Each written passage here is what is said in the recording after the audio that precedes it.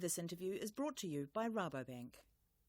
Hello and welcome to another Rural Delivery online interview, where we speak with those who are connected to the big issues in the agribusiness arena.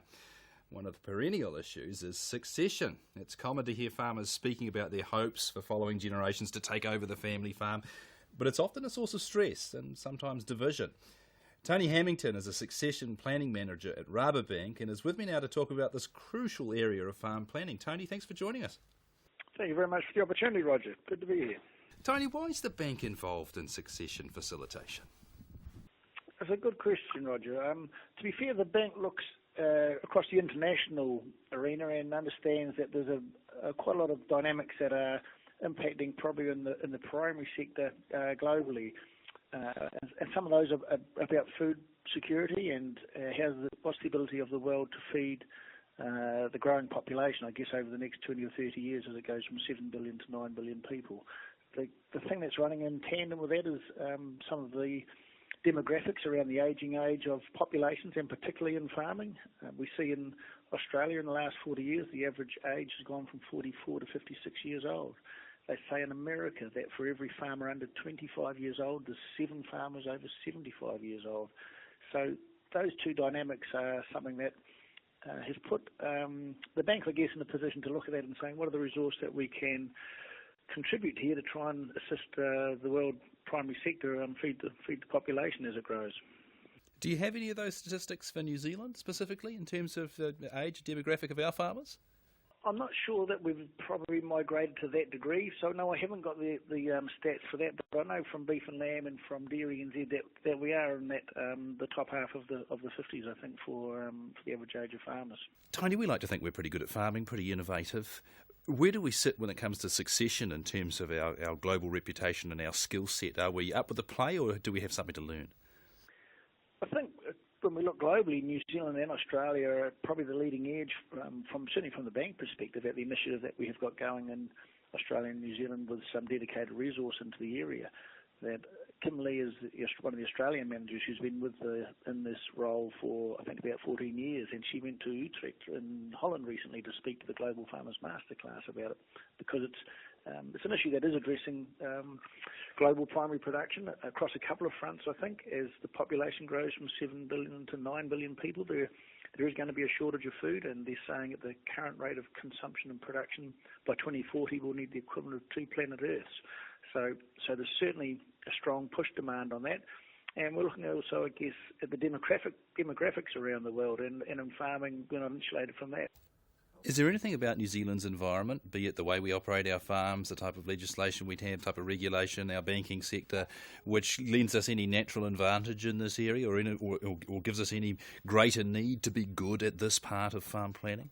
I think when we talk about the advantage, I know the compliance areas across the primary sector are increasingly taxing on farmers, and I guess the ticket to the game in the food chain is becoming quite complex. We look at environmental, we look at financial, food security. We've seen over the last number of years there's any number of opportunities for people, I guess, to use that against us. And so access to markets is pretty critical, and our environmental record is pretty good, I think, from all accounts. Certainly, the good stories don't make the media necessarily, but the blemishes certainly do. So there's certainly some big requirements on people coming into primary sector businesses now that have ramped up the capability that's required compared to where it used to be. So how much does the bank know about how succession planning is happening across New Zealand at the moment? Have you got any specific research to try and draw a baseline as to the type of behaviours that are out there, the types of systems, processes, and where improvement could come? Yes, we've done a couple of surveys, predominantly across our own client base, and assuming that's reasonably representative. And we know that it's an issue that's on the radar for a lot of families. And recently we did one where I think 59% of our clients indicated that in the next 12 months they're looking to undertake some form of thinking or discussion or planning implementation in the succession space. We did a survey probably 2 years ago now where we had a similar trend that it's on the radar. People have certainly got it on the radar and are certainly trying to initiate some change in their business. How and what that looks like, I guess, is not something that we've we've got into the detail in those surveys. What sort of advantages are they looking for when they're thinking, look, I better have a look at succession? What are they hoping to achieve? There's a variety of I guess it's very easy to be general, but there's such a variety of levers that are pulled, I guess, to initiate the process. Some are proactive, some are reactive, some might be a family event that determines that there's going to be some change implemented. Some could be proactive in terms of children coming home or people or assets being sold or purchased. So there's such a variety of the triggers for these things to happen. And I guess because the process is reasonably in depth around a large balance sheet, around family relationships, and around a lot of people having opinions on what the business and the family arrangements are about, it's just not an easy discussion to initiate. What's at stake here, Tony? If you get this right, what can you achieve? And if you ignore it, what are the pitfalls that you can pretty much expect to be falling into? I guess historically we've looked at the pitfalls, and the do-nothing alternative probably was the conversation was triggered on the event of a death, and families were dealing with the death of a family member and then having to deal with the conversations around how the assets were managed or the business was managed. So the do-nothing alternative has proven to be reasonably costly, and I think we look across the generations coming into the business now, and they're certainly up for more communication early than was historically the practice. So that's, I think, enabled things to happen a little more proactively and in advance of events. And the opportunities when we get it right, I think, are massive. We've talked about the place of agriculture to feed the world and the opportunities that are in there. But we've looked at international investment in agriculture in New Zealand. There's been a lot of discussion about foreign ownership, be it from Asian countries, be it from American university pension funds. So the opportunities are pretty well recognised in agriculture. Probably not recognised, and it's something that the bank's working with a whole lot of primary sector businesses about making it as an attractive career option. It seems to have lost a little bit of its gloss on that, but we're looking to address that. Right, so a good succession plan can help draw that next generation in. They can see how it'll work, they can see how their career will produce, how their ownership will progress, and that's a draw cut. Absolutely. And I think it's also probably it's a family environment that is attractive to people. I guess we have seen that a little bit from the global financial crisis, that a lot of new Kiwis have been overseas and forged pretty good careers, but come the opportunity to start their own family or their career limitations in the financial sector or whatever may have initiated them to look a bit broader, and bring up a family in a rural environment is a pretty attractive proposition, but particularly if that's what they've experienced in their own childhood. Yeah, it sure is. Now, you're actually running some workshops, physically getting people together, giving them some skills to get started on this process. What happens there?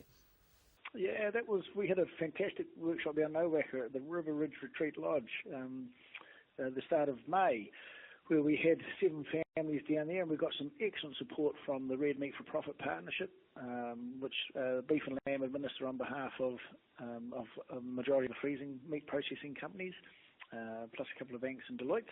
So we got 7 families down there, and we just looked to create an environment where, as a family, they can sit and look at some of the issues that they have, and not necessarily issues, but just look at the business, I guess, and the opportunities, and to start those discussions, which are pretty hard to initiate at the kitchen table, particularly when there's probably family members coming and going and walking through the business. So it was just being able to focus those families in the one environment for a day and a half and share some thoughts.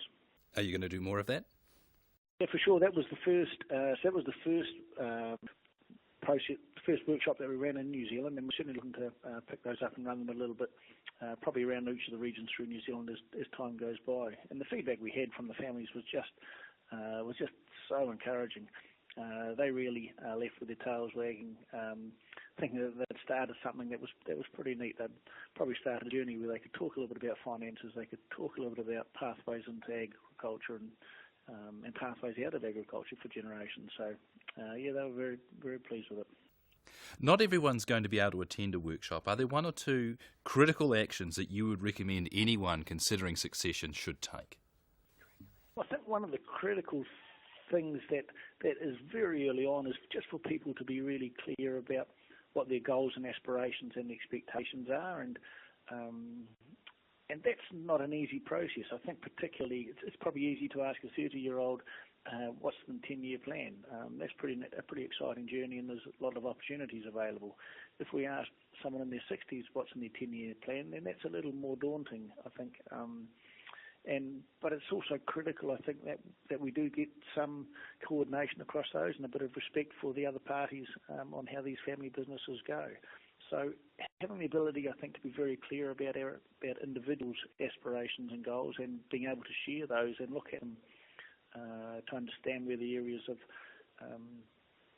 of common areas, I guess, where we can achieve some things, but also the areas where we're perhaps not in alignment, and to understand how we process those. Sounds like top advice. Tony, thanks very much for joining us. I'm sorry we don't have more time to discuss this, but thanks very much for your time today. We really appreciate it. Thanks, Roger. It's been my pleasure. This interview was brought to you by Rabobank.